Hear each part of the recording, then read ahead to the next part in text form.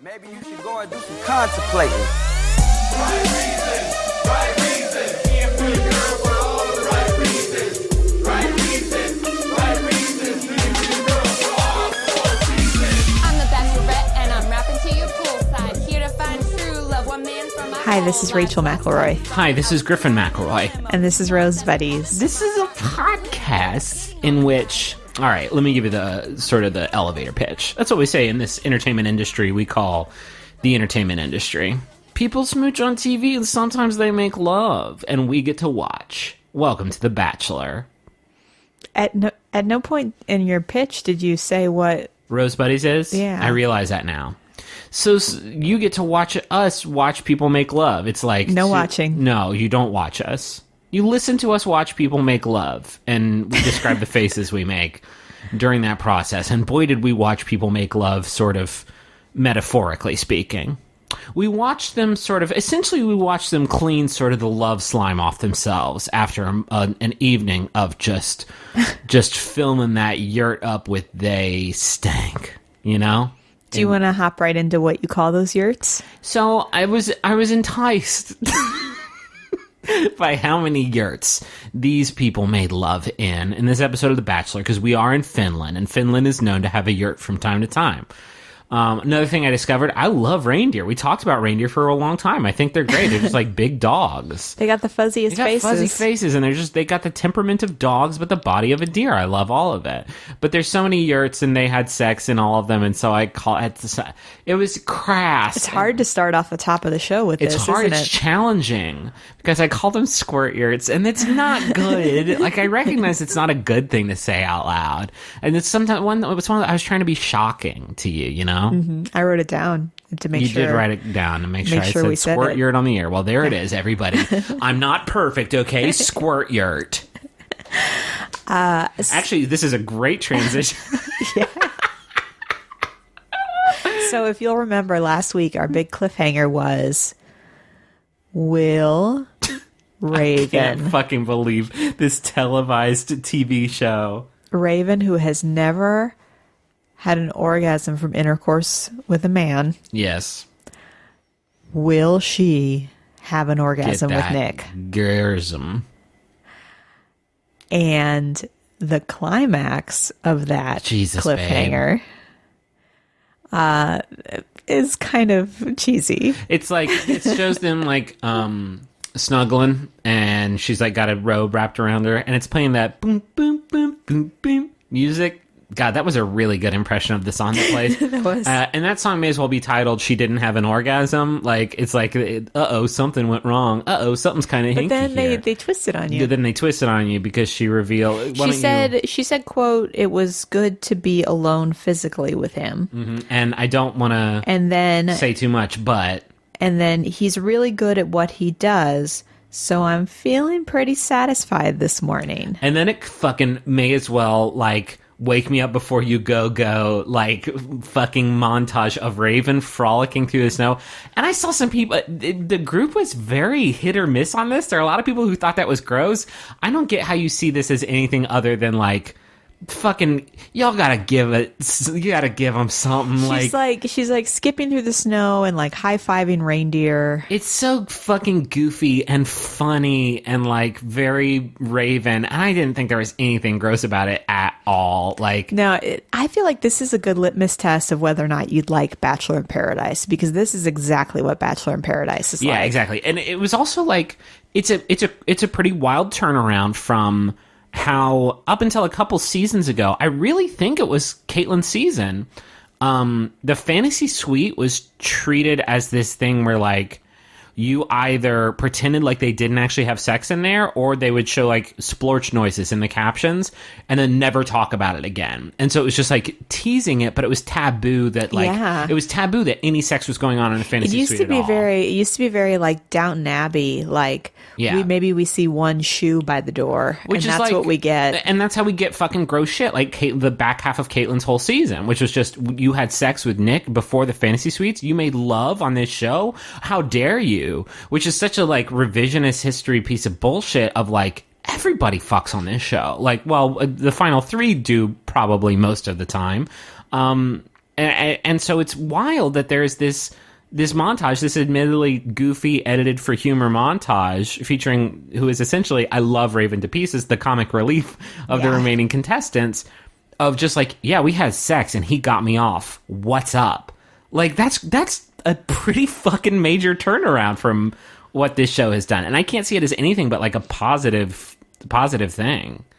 Yeah, I mean, I think what's always nice about these little montages they put together is you can tell they're done with the contestants' consent. Yes. Whereas most of the time, you think you're seeing something that's been edited kind of against their wishes. There's no way they were like, hey, Raven, go frolic through the snow. What are you guys going to use this for? Don't worry about it. We're definitely not going to, like... Go make some snow angels. Yeah. Go high five that reindeer. You're not going to make it look like I had an orgasm, did? No, don't worry about it.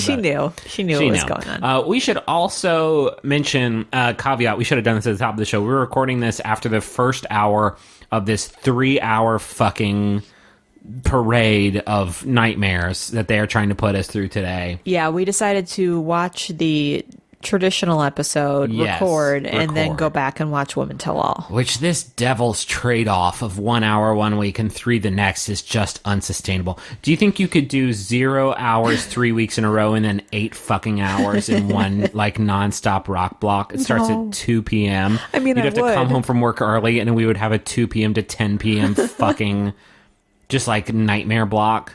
I love this show, but we go to bed at 10 p.m. ABC. Well, at least I do.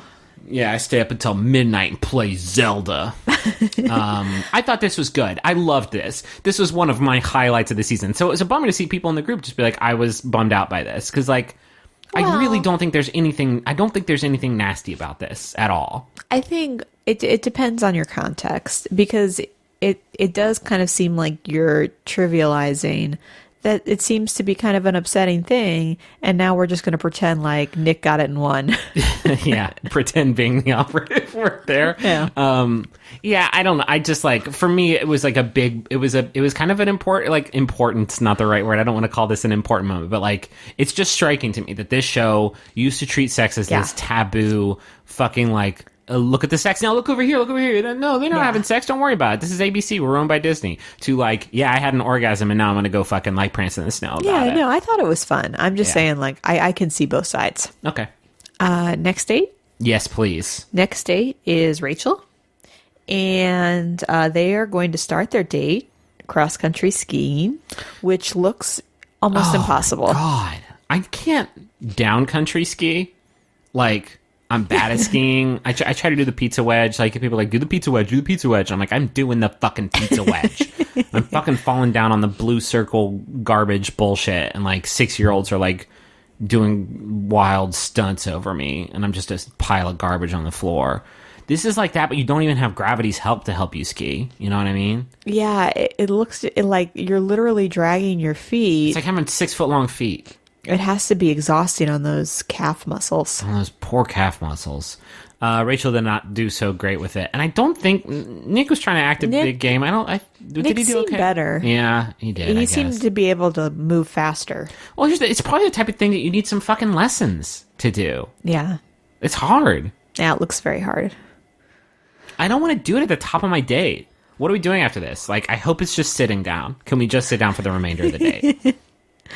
Yeah, no, this is not like sitting around in a bar or playing darts like Raven's date. Yeah. Ugh. See, I would get so jealous. You made me exercise. And you got to drink weird green fucking ecto cooler. What was that? A lot of discussion in the group. Last week, Raven and Nick drank a bright green. A lot of people were like, it's probably absinthe or chartreuse, and it's like that. It was a fucking mug. It was the goblet of fire. It can't be absinthe. That would kill you. Somebody also said maybe an Appletini in a beer stein. Fucking beer stein, maybe. So after the cross country skiing, they go to a Lapland safari, which has reindeer, which is where we got super hype about these reindeer. Big guys. Oh, the fuzziest faces. They got really fuzzy faces, and their antlers are Their like... antlers are fuzzy. Their antlers are fuzzy. It's like God was just like making them. It was just like, no, why should we stop here with the fuzz? Keep it going. You know, I love it. They're not too big, you know. They're not moose big. You see a moose, and it's like, a moose could fuck me up. A reindeer, I can just like kind of hang out with and have a good time. Pet their little noses. Pet their nose, pet their fucking antlers. It's fuzzy all over on these sons of guns. And then they go into like a shack that has a fire in it. Yeah. That also kind of a yurt. And then they drink hot beverages around the fire. Now that's my speed. Drinking hot beverages, sitting down, reindeer adjacent. Now we're speaking my language. What do you think these hot drinks were? I don't know. Probably hot ecto cooler. Like I don't know what they party on up here. Are they in Finland? Yeah. Okay. I get my Scandinavian countries all kind of higgledy piggledy, which I realize. I'm sorry. I've lived in America my whole life. I do want to go there though. Holy shit, it looks so nice. And you're kind of proud to be an American. Oh, please no. Get ready, guys. This little teaser for what's to come. Somebody said that sentence out loud, and I said, boy, fucking howdy, this is going to be a good episode of Rose Buddies. They gave us a lot to work with this week, huh? Yeah, they go into this fire having small cabin, which kind of freaked me out a little bit. Yeah, it was like a wooden shack that was on fire. Yeah, and what followed was a conversation in which Rachel had given like a behind-the-scenes interview talking about how she was ready to say "I love you" to him. And Nick was also ready to hear it because holy fucking shit, does he say some stuff Well, he to get her to really- say those words. Yeah, he really teases it out of her because she talks about how she's afraid of rejection and that's her number one fear, and how she's scared, and Nick says that he's scared, and then she says she's scared, and he says, well, I'm scared. And then he says, I'm scared. And it's like, I think they may be scared here. yeah, he says like, oh, it's important for you to have the strength to be a bit of a mess. And then... Which is the most condescending thing you can No. say. No, and then he says, if you were to check your ego at the door, what would your heart say? That's not how that sentence works. It's also not like those two... Nick has a few conversations this episode where it's like he's stringing together a sentence out of like 4 conversations that he's just like kind of chopping and screwing a little bit. And this was one of them in that like, if you could leave your ego at the door, what would your heart say? Doesn't make sense. Those two thoughts don't like combine together. But also you don't say check your ego at the door in like, there's not a nice... That's kind of a shitty thing to say to somebody. Mm-hmm. Check your fucking... You can't say it without adding fucking in it somewhere. Check your fucking ego at the door, Rachel, and tell me you love me, please. Yeah. How does her ego keep her from saying that she loves you on this? What are you talking about? Yeah, it made it sound like, the only reason you could possibly be holding back is because you're just, you're too proud. Yeah, so check your fucking ego at the door. Don't you come in here so hoity-toity. Tell me you love me. Which she does. What's your heart say? Which she does, and she like... She says, falls. well, I would say that I'm falling in love with you. And then kind of like, ooh, gets all giddy. He says something back, but I think we skipped the pretty Bogota thing. I know, I was going to go back to it. Yeah. He responds and says, I'm 100% falling for you too, Rachel. Yeah. Sorry, they both start with Ray. I'm 100% falling for you too, Rachel, which is like, wow. Yeah. When fucking Vanessa said this, he said, not that. He said, I've fucked a lot of women on this show, basically. I've fallen in love with a lot of women and proposed twice and gone on many dates and have been successful romantically with so many women on this TV show alone. So if I were to ever say what you just said, I would want to be absolutely sure that I was 100% committed to it. Whereas with Rachel, he just kind of lets fly. Lets her fly. Yeah. Which, again, do want to stress this. We know they ain't get married. Like, we know she's going to be the next Bachelorette. So at some point in this process, it's going to break down. And this is the only person that he's given this, like, validation to. Yeah. It's completely inscrutable. So let's back up a little bit. Let's back up, because we almost skipped a bad thing he says. Yeah. So the conversation we're referencing actually happened later in the date. But before that, when they were still in the fire shack, so Rachel was talking to Nick about how there's allusion to the weird volleyball date that we know is super edited. Yeah, he says you kind of lost your mind after that date, which I guess maybe she was a little I don't know what the word I'm looking for here, but it was not very self-assured after that date, like needed some like assurance from him, Well, I feel like. and the rumor out on the internet via Reality Steve is that Rachel and Vanessa had some kind of fight on that date that they didn't air. And so I'm guessing that's what he's referencing, that there was some kind of issue. Fuck, that would make a lot of sense, wouldn't it? Like it would describe they shot that whole thing with that narrative thread and then had to erase that narrative thread when they realized that one of these women was going to be in the final two and one of these women was going to be the next Bachelorette. Yeah. And that didn't leave them with much footage. Like, that makes a lot of sense. Yeah, although I don't really see a downside to bringing drama to either of those women. I think this show is so ass backwards that they think like They have to do the fairy princess thing, Yes. where like she doesn't have any flaws. well do the wifey thing, like yeah, because the fights are for Corn's the one who fights. She's the fighting one. Okay. Nobody else in the house can have a fight because Corn is the fighting one with Taylor. Yeah. Okay, Taylor.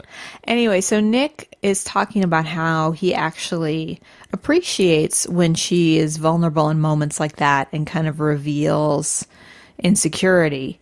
And Rachel responds and says, "Oh, that's really rare that you're that way. Like that's a really unique trait." And Nick says, "I might be white, but I'm still a minority." Which Rachel kind of giggles about. Because what Charitably. else do you do?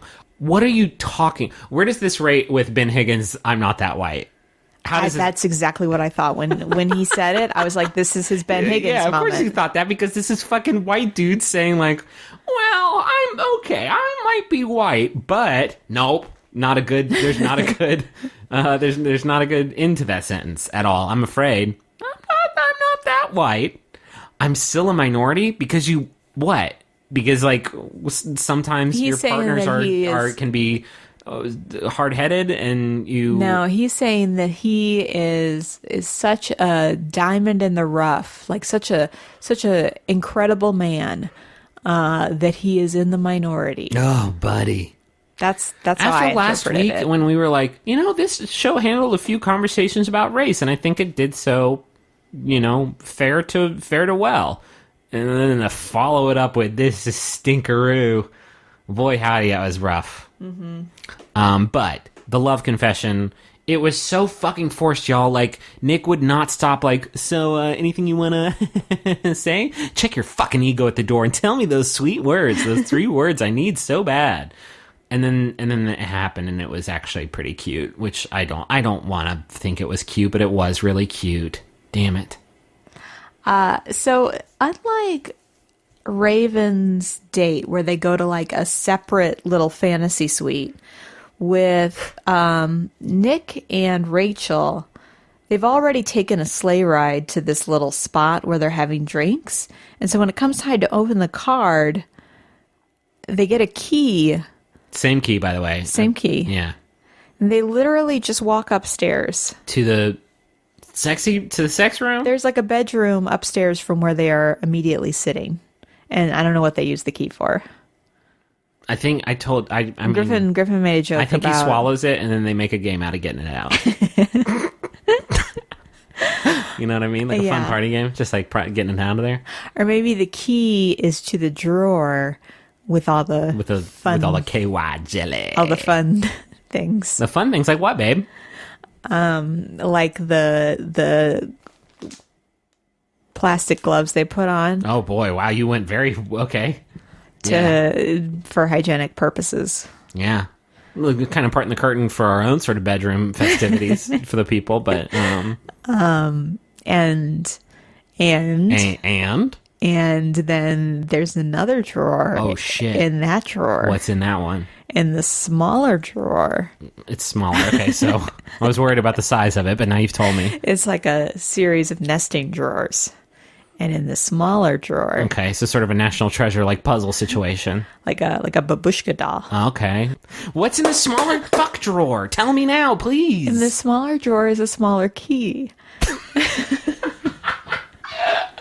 And then the smaller key unlocks the contraption that Nick wears Whoa. to keep his You're making a motion with your hand that the audience can't see, but I'm very intrigued by it. to keep his package Oh. contained. Zing. Like a cage. Yeah. Cage-free Nick. Loving it. So that got pretty, yeah. So that Anyway, got, they spend the wet and night wild. together. Yeah, they have a romantic evening together. And then the next day, she's wearing little penguin PJs, and he makes her eggs, and they seem God, very in love. It's so frustrating. They seem so in love They really do. because you know they're not going to end up together. Yeah. This was like you mentioned that this was like kind of hard to watch because it was like a breakup train, just like fucking very slowly rolling into the station. Yeah, I felt like I was like on like a vigilant breakup watch. It was where like at any yeah. time it could happen. It was like We didn't know when. last 5 years. Like this thing ain't gonna work out. Last 5 years. Yeah, that movie, the play, the musical, and the movie that had Anna Kendrick in it. It's about these two. It's about a couple, and they have broken up, and they start their stories on opposite ends of the relationship and meet in the middle. But the whole time, you know that they're broken up. Like so the it's Lake House. God, you reference that fucking movie in every conversation we have about romantic movies, and I love you so much for it. It's my favorite thing about you. Or Time Traveler's Wife is another one. You pull that one out too. Sliding Doors. Sliding Doors is another one that you love to mention. No, see, I got that from you. You say Sliding Doors all the time. I do say Sliding Doors all the time, but I don't say it as much as you say Lake House, which is in most conversations we have about anything at all. At our 2-month doctor's appointment for our baby, and they were like, I did not mention the Lake how's House. how's his mobility doing in his legs? They're like, well, it's basically like the Lake House, the movie with Keanu. And Sandra Bullock. And Sandy B is in it too. Have you seen the Lake House? Yeah. Okay. Have you? In theaters. Step to this. Okay, I didn't see it in the theaters. Yeah, I didn't think so. It's a fucking combination. It's undeniable. It's my speed lovers, and they're in a romance Your movie. Speed lovers. They're lovers in Speed. I know. Okay, Vanessa's Can you date. do me a favor before you? Can you check your ego at the door? Stepping at me about seeing Lake House in theaters. I saw a lot of junky shit in theaters. Crazy Beautiful. Saw that in theaters. That's it. That's the only movie I've seen in theaters. Is Crazy Beautiful with Kirsten Dunst. It was okay. Can we talk about Vanessa's date? Yeah, we sure blew through Rachel's thing, but I guess we're talking about an hour of TV, so. Yeah. Vanessa's date. Nick talks about to us, the viewers, that hometowns got kind of serious and things tend to get kind of serious with Vanessa. So he hopes they can just have fun together. And their fun date is that they are going to get in swimsuits and run back and forth between ice cold water and a sauna. So they're going to hop in the freezing cold water Hurt themselves. Like, this would hurt very badly, I feel like. and then run into the sauna and then run back into the freezing cold water and then run back into the sauna over and over again. I, like, half expected him to, like, get out of the water the first time, and, like, Nick would have, like, 4 toes across his 2 feet. Like, this seemed brutal, man. This doesn't seem... It was funny to watch. It was kind of fun because Nick was talking such a big game before. Like, we really need to appreciate Nick's this. complete Like, collapse was amazing. we really need to spend like 10 seconds in the ice water just to like really, really embrace the opportunity. And Vanessa's really kind of squeamish about it. And then it does a total flip as soon as Yeah. they get in.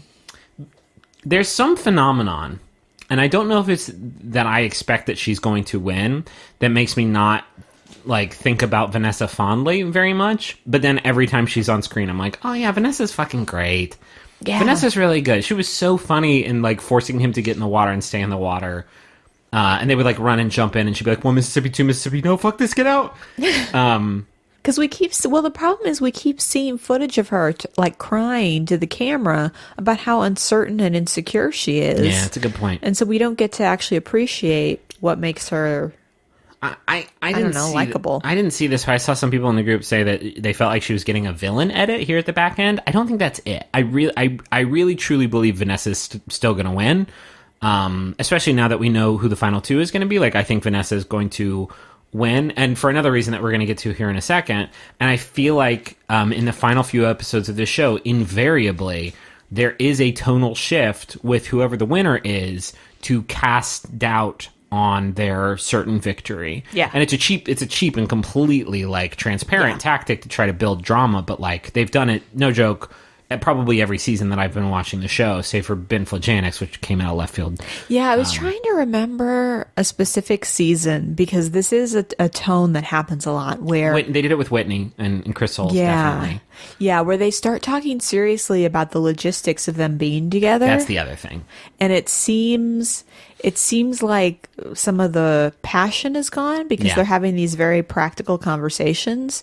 But what they're doing is actually like, yeah, this is us in the end, so let's talk about this now. That's the big thing, is like, you can talk to Rachel and be like, I've wanted for so long to tell you this, but I'm 100% falling for you. And you can talk to Raven and be like, I'm sorry that your ex-boyfriend didn't give you an orgasm.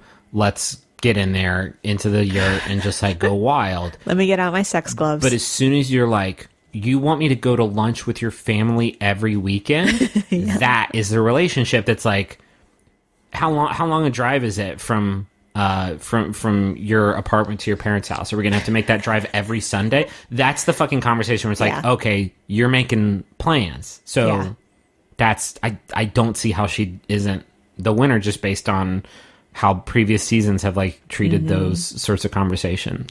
Yeah, it's weird because Nick almost seems to kind of pick a fight with her. Like after they've done this icy hot challenge, they go into a hot tub and Nick is like, your family's pretty traditional and I'm not at all. Which doesn't, they say the word traditional 80 times. Yeah. He says it about 79 of those times. And it's like, what do you, and she gets kind of defensive. I don't mean anything by it. It's just they have lots of traditions and my family, and she's like, your family came up with their own traditions? Why are we having this conversation? And he's like, do you think we do Sunday with your lunch with your family every time? She's like, yeah, that's something I'm not willing to compromise. It's one of my core values. It's like my family's really important to me. And he says, you have things in your life that you're not willing to compromise on? Interesting. What the fuck, dog? Yeah, this is when he starts his like, maybe we're too similar. Do you think we're too similar? Which doesn't make any sense. It's a complete fucking pivot. Like, I don't know that I want to... Your family's traditional and mine isn't, and I feel like I'm going to have some friction, like going to your fucking lunch every Sunday, too. I feel like we're so similar, and that might be a problem for Griffin, us. it's because they both have core values, and that's rare. So stupid. Yeah, he seems to be like, look at you feeling so strongly about family. That is something that reminds me of me. But I have another core value that has nothing to do with family, but it was just like, it was another one of those conversations that was just like, he was just sort of swinging from vine to vine, and the vines didn't make any fucking sense when held up next to each other. And it was just, oh, your family's so traditional, huh? Wow, you have things in your life, core values, that you're not willing to change for me. But I feel like we're so similar. Those are three completely distinct thoughts. Yeah, that's why Griffin and I are both getting this kind of foregone conclusion vibe of like, they're not even trying to like learn about each other anymore. Yeah. It's just kind of like, oh, this is how it is with us as a couple. It's not uncommon for the Bachelor or the Bachelorette to have conversations with multiple people about the logistics of moving to their city, whether they're willing to move, whether you're expecting me to move to where you live in your city. But I think like when it causes friction, it's because the Bachelor or Bachelorette is actually thinking about it, is actually starting to think like, what if I moved to Canada? And this like leads us to just the fucking Nick's bon mot of the evening. Well, his second bon mot behind, I may be white, but I'm still a minority. Yeah. So the evening part of the date, they're in another kind of yurt blanket situation, and they're back on the traditional talk about how traditional her family is. And Nick's like, I like it. I like that your family's traditional. It's like new, and I'd love to experience it. No, dog, that's not what it sounded like in the hot tub, bud. And then she's like, well, you know, my mom and I were talking, or actually, no, that came later. So she's like, well, maybe we should talk about moving. Would you consider moving to Canada? And Nick says, well, it's not really easy for me to picture moving to Canada. And Vanessa says, well, why? And he says, Not to sound corny, but I'm kind of proud to be an American. And then a little tiny American flag pops out of his Of nose. his urethra. And it waves.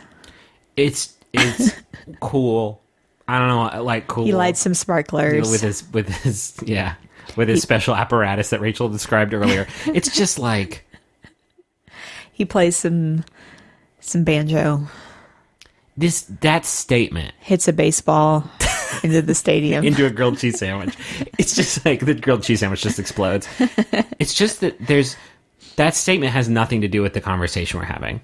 It's very important to me that we continue to live in where does she live? She's in Montreal. Montreal. It's important to me that we live in Montreal. It's where my family is, and my family is really important to me. And like, I can't imagine my life without, having lunch with my family every Sunday. Well, I'm proud to be an American, so I think actually we've gotta do Yeah, he tries my to hedge a one. little bit, but like, whoa, but I don't know, maybe. I mean, because like I'll do a lot of things for love, and She says, "Well, I'm proud to be a Canadian," and he's like, "I know. I'm not saying you aren't." It's like, okay, everything you're saying now is bad and wrong. They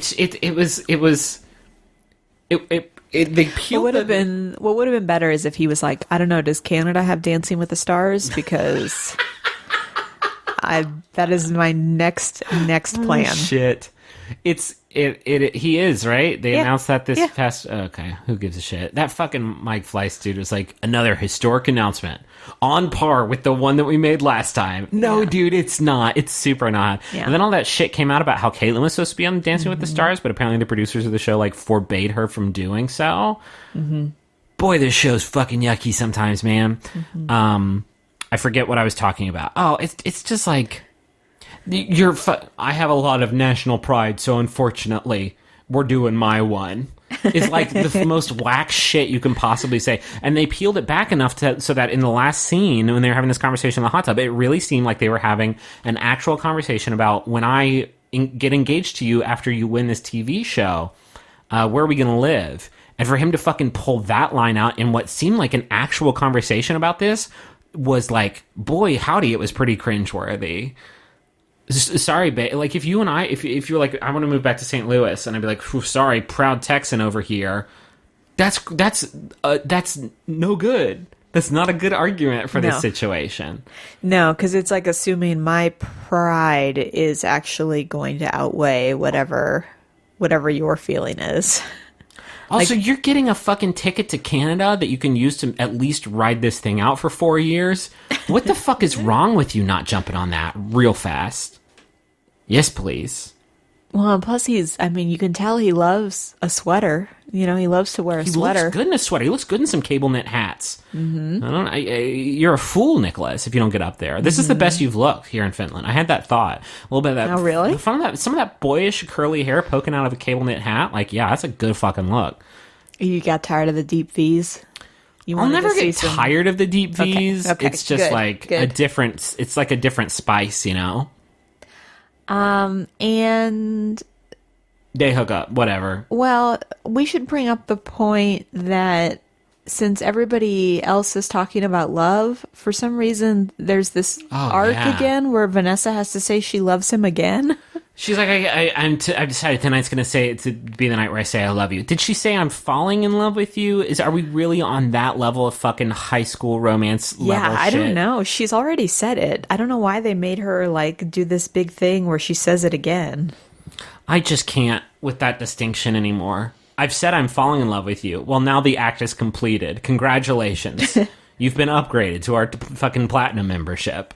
I will say he does the exact same thing with Vanessa that he does with Rachel, where when the card arrives, of course the woman reads it because for some reason the guest always has to read it. And then as soon as they finish reading it, Nick goes, thoughts? Do you think they make the guest read it because otherwise the Bachelor could just be making shit up? Just like he pulls out any card that he bought at like a gas station. It's like, dear Vanessa, please go with Nick to the fantasy suite and just hog his brains out. Should you choose to forgo your individual room, you will have to do mouth stuff. Do mouth stuff at least. Love Chris Harrison. I don't know. Weird, but that's what the card says. Anyway, it's in the fire. Anyway. And we get another one of those next morning, messy hair, wrapped in blankets. Which, I had a thought. Can I tell you my thought? Yes. A cameraman just doesn't hang out in the room and turn his camera on in the morning at some point. At some point, cameramen and at some point, camera operators and a producer come into the room like, knock, knock. Hey, you guys up? All right, we're just going to set up and shoot you right now. So get in a sex position is definitely a conversation that happens. And that thought like made me wildly uncomfortable. Yeah, like maybe they'd already gotten dressed. It is, it's, and then there's like no, you're going to need to take that off and get it back in bed. It's so easy to suspend your disbelief like watching this show during transitions like that. But like, and this is another thing, and I don't want to sound like an asshole, but like that making the TV show kind of ruined for me is that I know they have to set these shots up. And it takes an hour to do it. It takes a really long time to set it up and get all the lighting right and like get them in makeup and then lay them down in the bed again.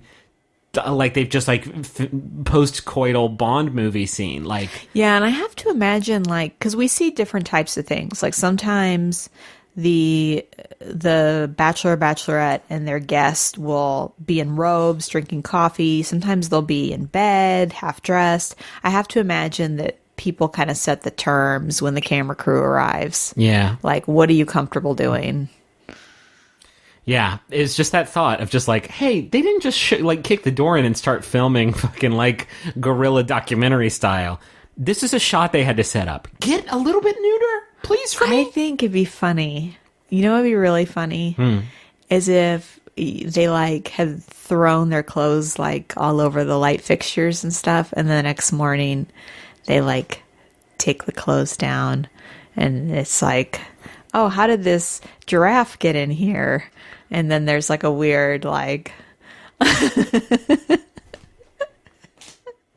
you know, like they play it up to be extra wacky, kind of like you know, like what crazy stuff happened in here? Because there's a hippo. What? Kind of like The Hangover, the movie The Hangover, where there's like a tiger. Which one's that? There's like a tiger in there or something.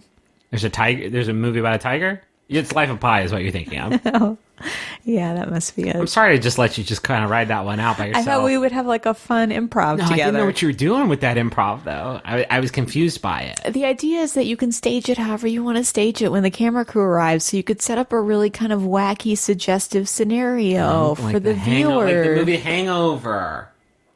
I remember now. Maybe you just dumped a bunch of oil cans all over the place and just covered the room in just crude oil. Yeah, and like all the sheets have been lit on fire. Yeah, all right, I get you now. You see? It's fun to make pretend. When you use your imagination, anything's possible. If you'd been with me from the beginning, this would be a very funny thing. I'm with you, babe. Can we get to the rose ceremony, please? I'm so excited that we get to talk about a fucking rose ceremony on this podcast. There is a rose ceremony. I wasn't sure there was going to be one. The women are dressed very fancily. Yes. Rachel's outfits have been like fire this whole time. I'm still thinking about that skirt when you pointed it out that had like the shorts underneath it. Uh-huh. A lot of people in the Facebook group have bought that skirt. It's wild. I don't understand how like I've never had this ability when like some sort of garment is on a TV show and people are like, where can I find that skirt? And people like within 10 minutes like, I found it. How do you just Google like skirt with the shorts in it and it's split? I don't know, but you know who does it is Charlene in her recap blogs. Oh, Charlene's got her finger on the She's pulse. a fashionista. Man, I miss Charlene. I know, me too. Okay, so everyone's dressed in these like really nice, elegant floor-length gowns. And Chris Harrison is there talking to Nick outside of the cabin, and it's very cold. And then Nick starts his little speech, and he's already kind of emotional, thanking the women for being there and how much he cares about them. The first rose goes to Raven. And then that means that Vanessa and Rachel are standing there. And I told Rachel, like, if Vanessa doesn't get this rose, like, I have no idea what this season is going for. I would have been into it, but if Rachel, who we know does not win, I guess, made it into the final two, like, my mind would have been completely shattered. But so Vanessa gets the rose, which means Rachel is going home, which is very emotional to watch. I even said, I was like, this is going to be really hard to watch, despite the fact that I knew for the past, 3 weeks now that she wasn't going to win? Yeah. It was still like, oh man, I really don't want to watch these two say goodbye to each other. Yeah, she tells him, that she's glad that he knew how she felt about him. And he says that she's one of the most incredible women he's ever met. And that he doesn't want this to be goodbye forever because that's too hard to think about right now. And then he sends her home in the limo. That's it. That's it. It was tough to watch, and then we get into the women tell all. It was a bummer to watch Rachel go home. She did so fucking good on this. Yeah, I hope they find some good dudes for her. I hope they find some good dudes. That's what it comes down to now. I mean, I also hope they don't make her boring, because I have been excited. I was excited about Andy. I was excited about Caitlyn, and in both of those situations, like, the Bachelorette was just kind of a boring foil for, like, all the wacky, zany characters. Like, invariably, that's the role that the Bachelor We and were Bachelorette kind of fill. excited about Nick, too, because some people are really good at commentary, like show commentary, and he definitely was. But we didn't realize with show commentary, you have to reveal how you're feeling about people, and Nick is not allowed to do that at all. And so he became very bland very quickly. Yeah. So hopefully that won't happen to Rachel. But yeah, let's, you know what we should do now? Hey, Griffin, Yes. can I steal you away? That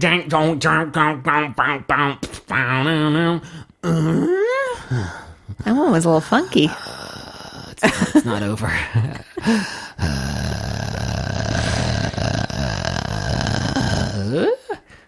Every 10th episode of Home Improvement, they put that one on there, where there's like a aftershock, and they just make you look at the title card for like 15 seconds.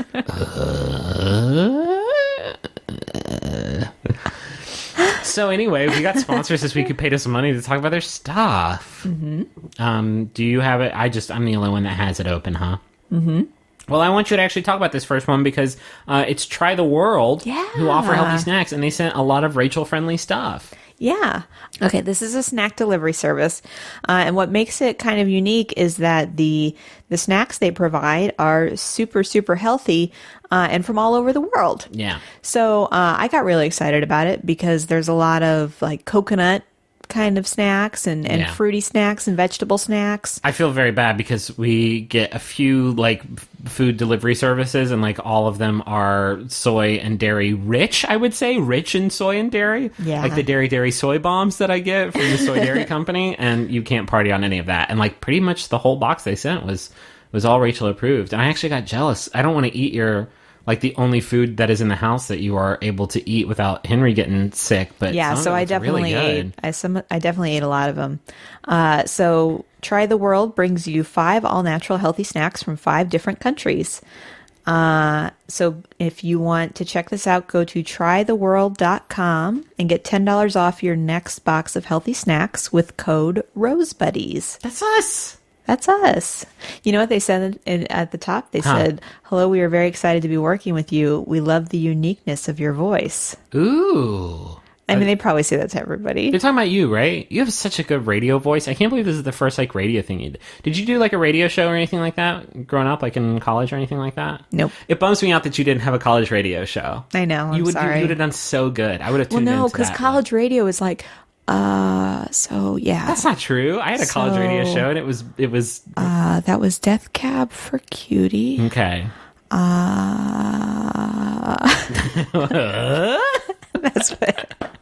All the college radio I listened to was. Oh, you listened to snooty college radio. You didn't listen to my awesome 1 a.m. to 5 a.m. college Were you radio. like, hello, this is Griffin. This is Griffin. Here, let me have that. Because I want to talk about Blue Apron. I don't need the phone to talk about Blue Apron, but I want to know what the recipes are to talk about. Rachel and I have been using Blue Apron for a long time. They are a friend of our whole family of podcasts. And what they do is for $10 per person per meal, they send you a box with pre-portioned ingredients to make seasonal, great-tasting meals. Some upcoming recipes include salmon piccata with orzo and broccoli, pork chops and miso butter with bok choy and marinated apple, vegetable chili and baked sweet potatoes with crispy tortilla strips, spicy shrimp coconut curry with cabbage and rice, We've been doing this for like 8 or 9 months now, and like I've learned how to cook using this, and have made like the top 10 best things I've ever cooked in my life have all been Blue Apron meals, basically. And the meat and produce, like all the ingredients are really fucking high great. quality, like a lot better often than you'd find in a grocery store, which is nice. And the recipes are really great too, like really, really flavorful. And it's not like there's no shortcuts. It's not like mix the meat paste with the sauce goo. It's like You're actually, not like rehydrating shrimp. it's all up to you. So you do kind of have to learn how to cook a little bit to like make these meals like the best that they can be. And it's like, it's fun. It's really, really, really fun. So anyway, I want to tell you how to get the best Blue Apron offer that you can get as soon as my fucking iPhone 6 unlocks. Here we go.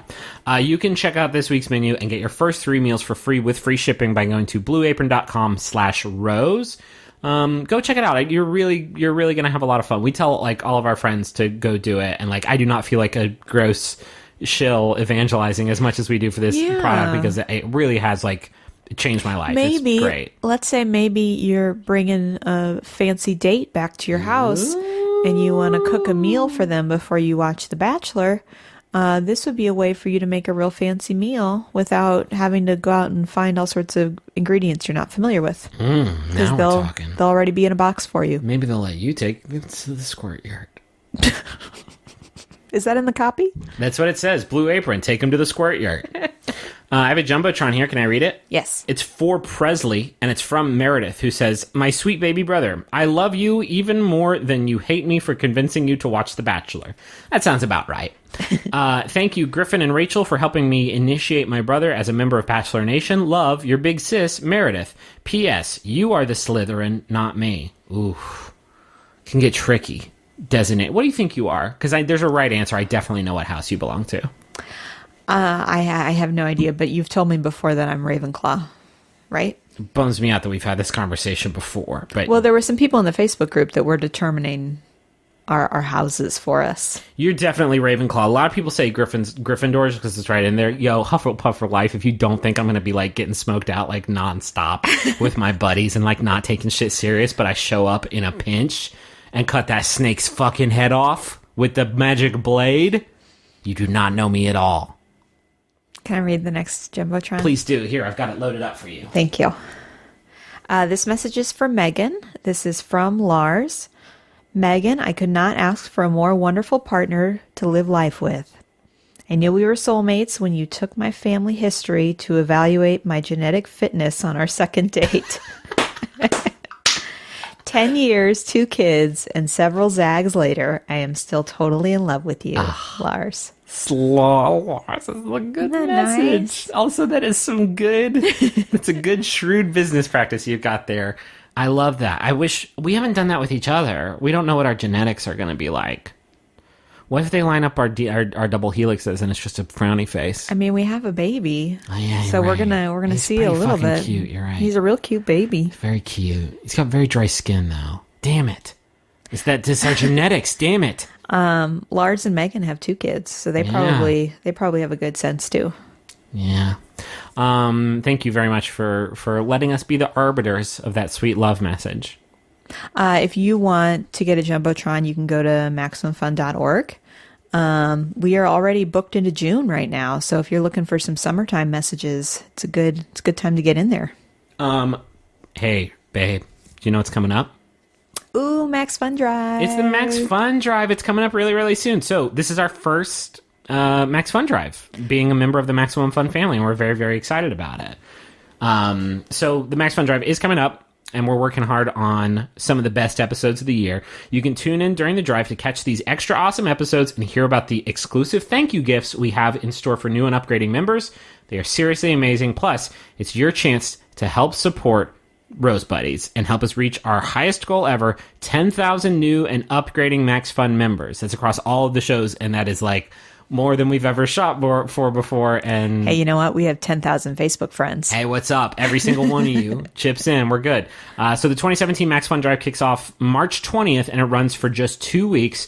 Visit MaximumFun.org for details, and don't miss it. The Max Fun Drive is really, it's important to us because we are supported in a major way by the podcast that we do, and it has turned into a career.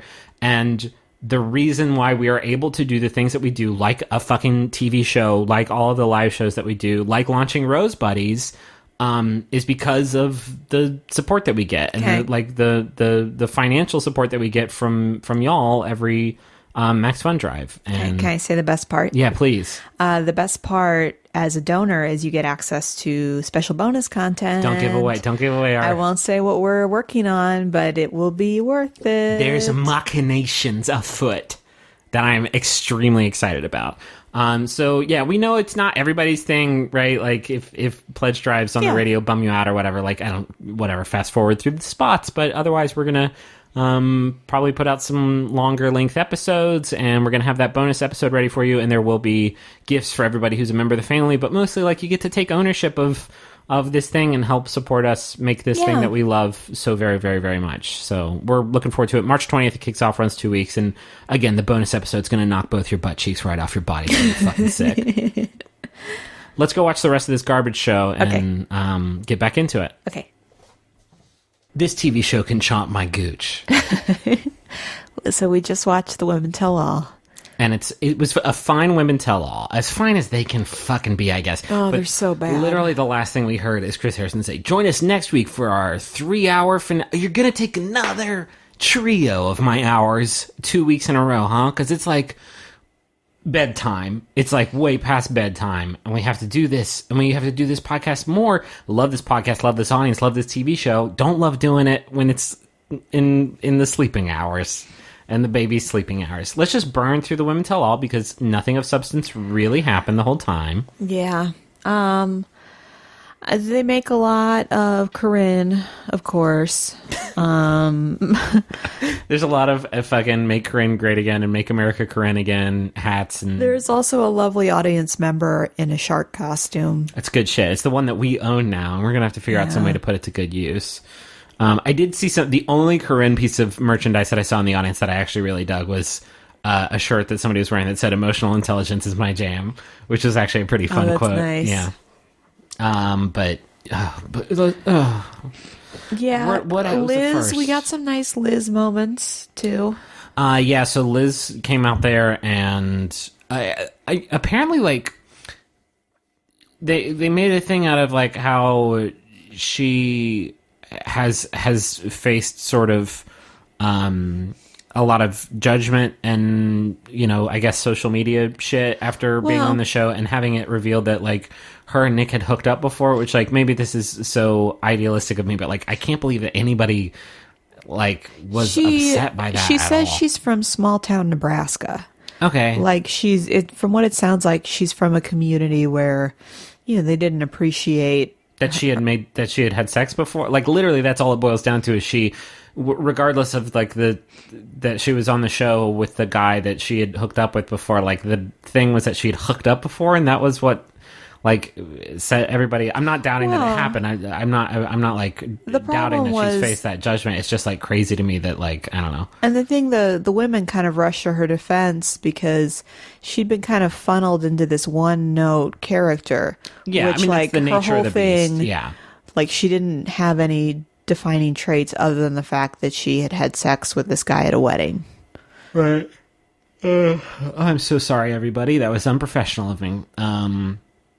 Everybody, this was the first thing that we've got, and I've talked about this so much during this season, and that like these women just love the shit out of each other. These women are like, with a couple of exceptions, these women are just crazy about each other. And so when Liz is up there and talking about how it's been difficult since she's been off the show, like everybody ran to her aid and was like, listen, everybody saw that, I think it was Haley who said, everybody saw Liz and saw that she was this woman who had had sex with Nick before, but like we saw her as this woman who goes and, you know, digs wells in other countries and like is this great humanitarian. And it was a really sweet moment. Like every time that anybody would like come to the defense of whoever was in the hot seat, like pretty much every woman would be like, yep, like cheering for him. Liz speaks specifically to the relationship she formed and said that she's drawn a lot of strength from them.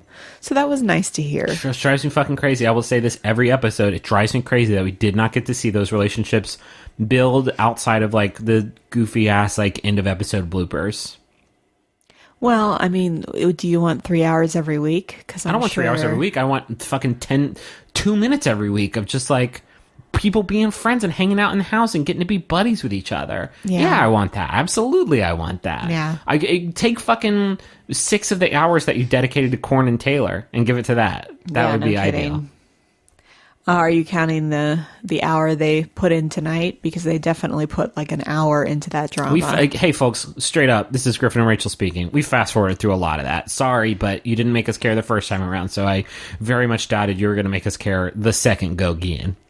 Yeah, there's a lot of time spent on like, will they apologize to each other? Will they bury the hatchet? No, they won't. I still stand by, like, whatever, both of them did gross stuff, but, like, I still stand by the fact that, like, Taylor did definitely use her, like, education and her, like, knowledge of things that Corinne didn't know about to, like, make her seem small on a television show, and, like, that fucking sucks. Yeah, I was telling Griffin it was frustrating to me because there are definitely a lot of behaviors that Corinne demonstrated that you could complain about. Yes. And for some reason, Taylor seemed to focus on aspects of Corinne that were just really petty. And so it made Taylor look bad, and it didn't allow anyone to really get to the issue that I think a lot of them had with Corinne, which was, fair. But yeah, then we get to spend more time with Corinne, and Corinne gives a really kind of noble explanation of her relationship with Raquel. Yeah, so she explains her mom had ovarian cancer and was, like, dying, and so they were, like, making preparations for her mother's death, and in that time they moved to Florida, and Raquel moved with them just to, like, be with their family as they went through this really tough thing. And she says, and this is something we've actually struggled with in talking about Raquel, and so it was kind of surprising to me that, like, Korn had a way of addressing it where she said that she uses the word nanny as a shorthand because to her, Raquel is this genuinely very important person in her life who it sounds like actually helped her get through some really tough stuff and has been an important member of her family unit. And so it would be kind of unthinkable to call her like a housekeeper or a cleaning lady. And so she uses the word nanny, just because she doesn't want to be disrespectful or diminishing of how important a person she is in her life, which is like, I've been waiting on this explanation literally the entire season. Yeah. And I guess I'm glad that we got it. It was nice, but let's not forget that this woman still makes her bed. Yes. Well, let's also not forget that this show used this woman as a prop to like make this woman's entitlement really shine through. Yeah. And so, yes, I don't know that it was a sum positive, but like, I don't know. I feel like that was a nice thing. And then I feel like it got back into Taylor and Korn. Honestly, just like in this conflict between Taylor and Korn was the one who came out looking like more mature in the whole thing, which is just like wild to me. because Corinne made the point, and it's pretty true. Like, Corinne was never really on the attack. Except for when this like completely manufactured drama between her and Taylor started up. Yeah. Yeah, she never said anything really. She said stuff kind of dismissive about the other women, but she was never hateful really until she felt attacked. Yeah, mostly she just like took naps and just like rented a bouncy castle and like kind of tried to recreate that one scene from Varsity Blues, and yeah. That's really it. And she makes the point, and it's like every villain worth their salt makes this point of like, I'm here to get the Bachelor or Bachelorette's attention, and you all are focused on me, so don't do that. If you were really here for Nick, then you'd be here for Nick. And that's such a fucking salient detail, because guess what? Raven and Vanessa didn't get bogged down in that shit, and here they are. Top two. And then Corinne gives everybody cheese pasta. Yeah. Which is a nice moment. It doesn't look very good. I'm sorry. Yeah, it just looks like pasta with shredded cheese on it. That's literally all it looks like, gang. But you did make the point. There's a moment. I want to see this. Somebody please do a script. I hate asking this of you to like go back and rewatch this 3 hours of quagmire that we just waded through all together. But there's a shot of fucking Taylor holding this bowl of cheesy pasta, like not looking like she's into it. And that is my fucking mood board right now. And then we spend some more time with Christina. Yeah. Not really much new here. Yeah, she kind of retells her story because it's so powerful. Like, even hearing it again, it's still emotional. I'll be honest, I got a little uncomfortable with how much prodding there was by Chris Harrison to be like, but here in America, it's so fucking great, right? Yeah. A truly American story. And, like, it is a powerful story, but, like, I don't know, it got, maybe just my fucking metric is very finely tuned these days, but it just felt very, like, Well, we just heard Chris say, or not Chris, we just heard Nick say, I'm proud to be an American. Maybe, but it hit me as just like, isn't it just so fucking great to be here? Thanks. Yeah. Aren't you so lucky? Aren't you so lucky to be? Yeah. And like, you know, I based on her story, it sounds like she is, but there was just a lot of like, ain't it grand? Ain't she a grand old flag?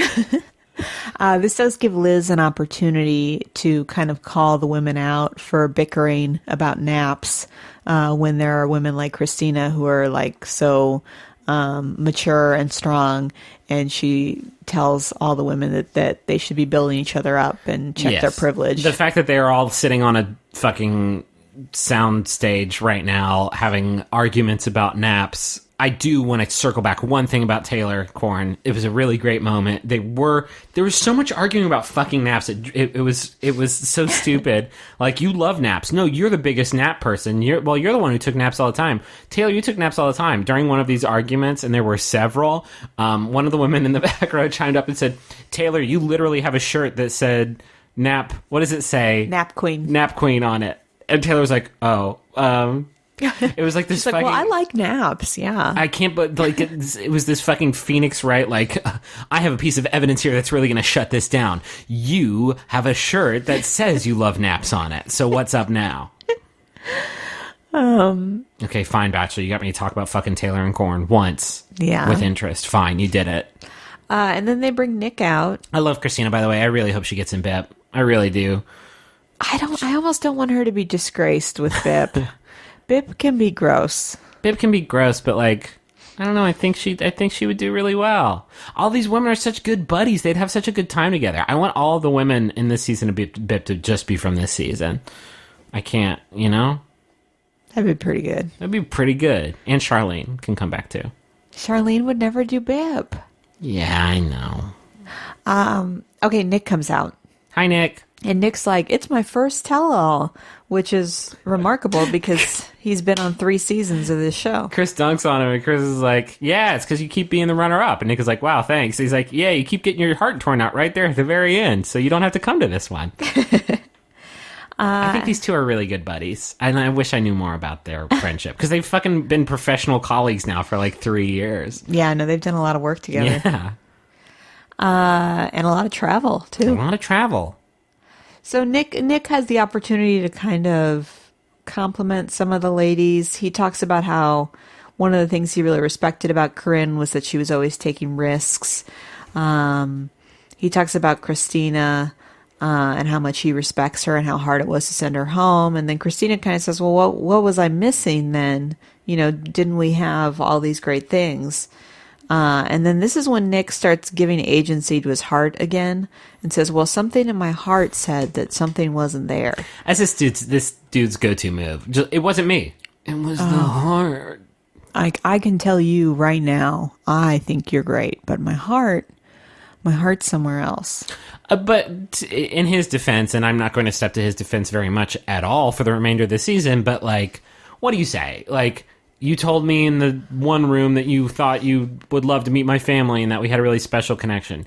Yeah, I said that to 8 people that night. Like, I'm sorry that you weren't the one that it stuck to, but like, I said that I want to meet your family to 8 different people, and I can only take 6, so I'm sorry that it wasn't you. It was just like, I'm dating dating other people. I'm sorry. No, and he does say that. But the thing that he also says that kind of starts to annoy me is right after Christina, Danielle L. says, like, why'd you take me on that 2-on-1? It made me feel like I didn't deliver something you were looking for. I wish you just would have sent me home. And he's like, listen, I know what it's like. Like, I've been there at the end on 2 seasons. Yeah. You know, like, of course you want to get sent home. You don't want to be dragged along to the end. And this is when I started to be like, okay, Nick, we get it. you have experience, but that doesn't mean that these women aren't allowed to tell you anything. Yeah, that's your fault that this has happened to you. It's your fault that you're sitting here now after doing this a few times. Like it's almost like so he doesn't have to hear their concerns. He just has to be like, okay, no, I know. I as you'll recall, I've also been on the show. But I also think in his mind, he thinks he has had the worst experience of anybody who has ever been on this show, no matter what, because he got jilted at the altar 2 times. And that's unthinkable. Nobody's had it harder than me because I got dumped twice in the final 2. Can you believe it? Runner up 2 times. So anyway, I know that I destroyed your heart in St. Thomas, but I got dumped 2 times. So what's up? Yeah, so I don't know. I didn't find him particularly enjoyable. He seemed very political while he was on the show. He was like, "Thank you for telling me your concerns. I appreciate hearing them." And it just felt gross to me. He is I think he's good at what he does. And what he does is worms his way out of pretty much any conflict that has been thrown his direction this entire time. I don't know how to justify my admiration of Ben Higgins, the Axeman, in that regard. I feel like Ben Higgins was a little bit more honest about it. I think he owned. Yeah, he had a way of eliminating people that really seemed so satisfying, seemed so unique to the woman he was eliminating. Yeah, I don't think there was very much my heart just wasn't, that intangible factor. He was very much I am sending you home because you are too short. Bye. He was very matter of fact about it. I feel like most of the women that were eliminated left the conversation feeling yeah, nope, that tracks. All right. All right, you're right. I'm too short. What's up? Bye. And then we get bloopers. They're good bloopies. Which are always good. Usually they involve bugs flying on or around people. Yeah. And then we get to spend some time with Rachel. A lot of people, the bloopers were also these women all really love hanging out with each other. There was extended throwing food into each other's mouth, which is that's the shit I'm interested in, is you guys are prisoners in this house and you can't do anything fun. So the stuff that you do to entertain yourselves. And so it seemed like the food to mouth throwing game was interesting, and then seeing how many of these huge cheese cubes fit into her face. She could put a lot in there. Yeah, she could. And again, I've talked about this too. I don't think anybody in the house really hated corn all that much, except for Taylor apparently. But she was always applauding when Rachel came out as the next Bachelorette. She was applauding whenever Liz was telling her story. She was applauding. She was very. Well, and a lot of the women jumped to her defense. Yeah. Yeah. Or apologize specifically for not being cool with whatever it was. Yeah. And then we get Rachel. Rachel comes out. And it's interesting because she does a lot of the I'm really excited, I'm really honored. And then Chris says specifically, you're our first African-American bachelor or bachelorette. And Rachel kind of says I'm excited to have that responsibility. Yeah, she says the word that I keep coming back to is I'm honored. I'm honored to be the first African American person to have the responsibility of this position. She says, how does she put it? She says, I don't necessarily want it to be the whole focus of my season, although it is something that I'm happy to acknowledge and have be a factor. Which I have no idea what to expect. We have no idea to go on at this point. It's gonna I don't know how this show's gonna do. It's really weird. I'm thinking about it in traditional Bachelorette terms, and boy, I hope there's a fun cast of boys, and I hope there's some good boys in there, and I hope there's some fun having good boys in there, and I hope that they don't make Rachel too boring like they do with the main star of Bachelor or Bachelorette. They do, you love them when they're a contestant, but then when they're in charge, they don't get as much fun stuff to do. Boy, I hope that doesn't happen. I don't even know how to factor in I hope this show does a good job of having its first black star. I just have no idea how they're gonna handle it, and I don't know how much of an emphasis they're going to place on the fact that this is our first black Bachelor and Bachelorette, and if they do place an emphasis on it, whether or not they'll do it in a good way. Yeah.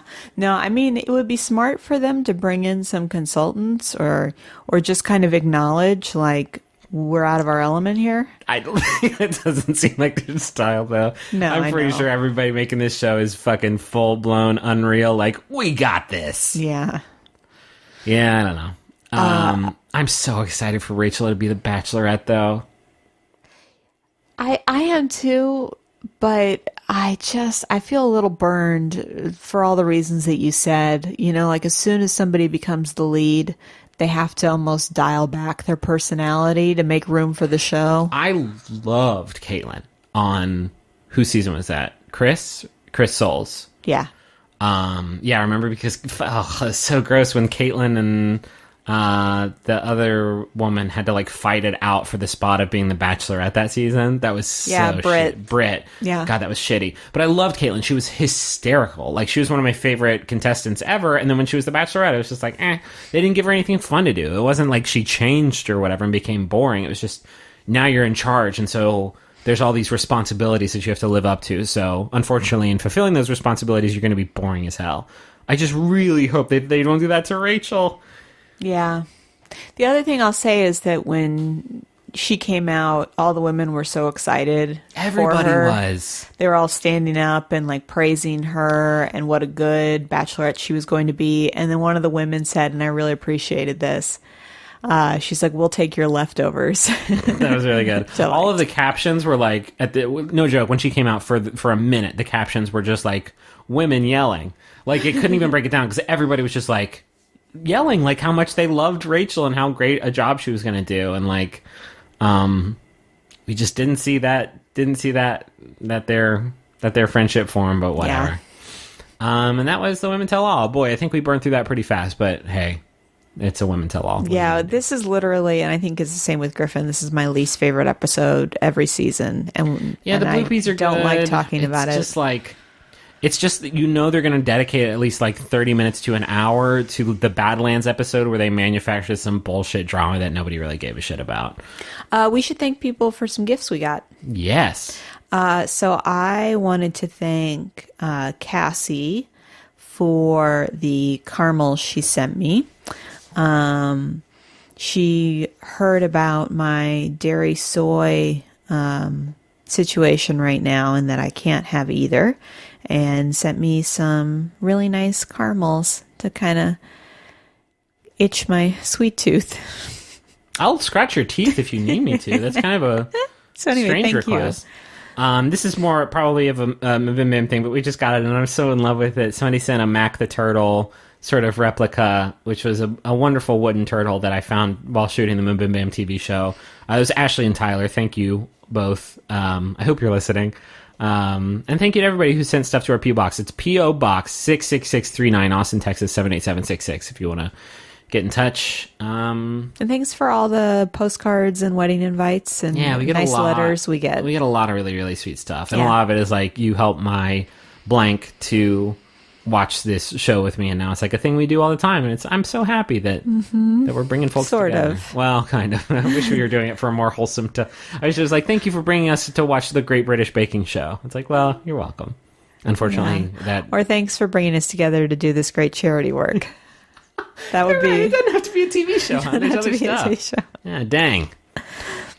Thank you to Maximum Fun for having us. Go to MaximumFun.org. Check out all the great shows. Again, the Max Fun Drive is coming up, and we got some exciting stuff coming out that we are really looking forward to showing you. I guess let us know in the Facebook group, and I'm sure people are already sounding off there, like what we should do after this is over.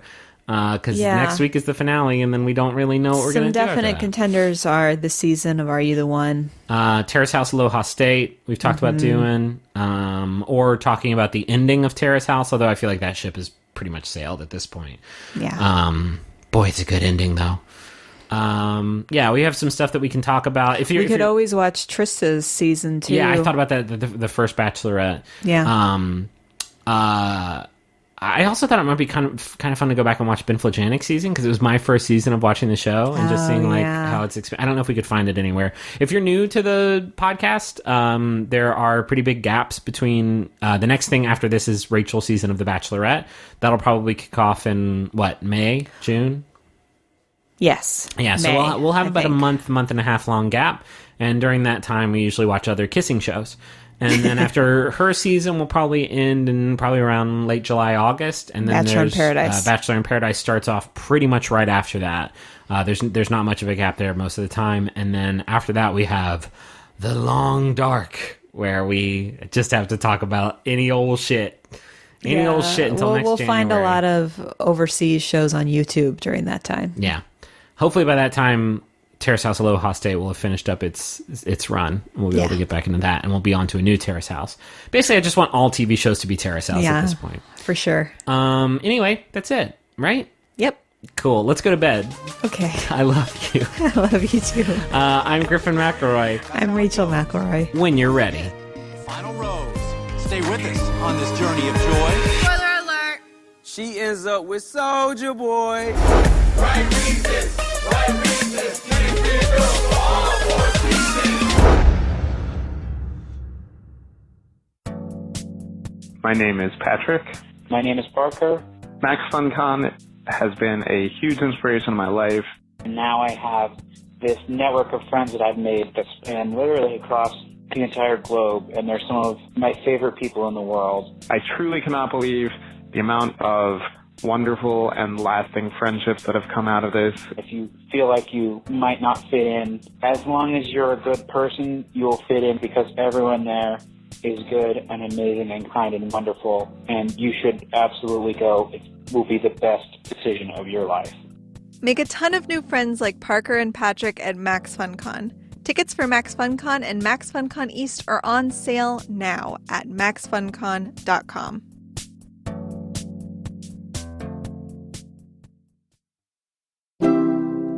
MaximumFun.org. Comedy and culture. Artist owned. Listener supported.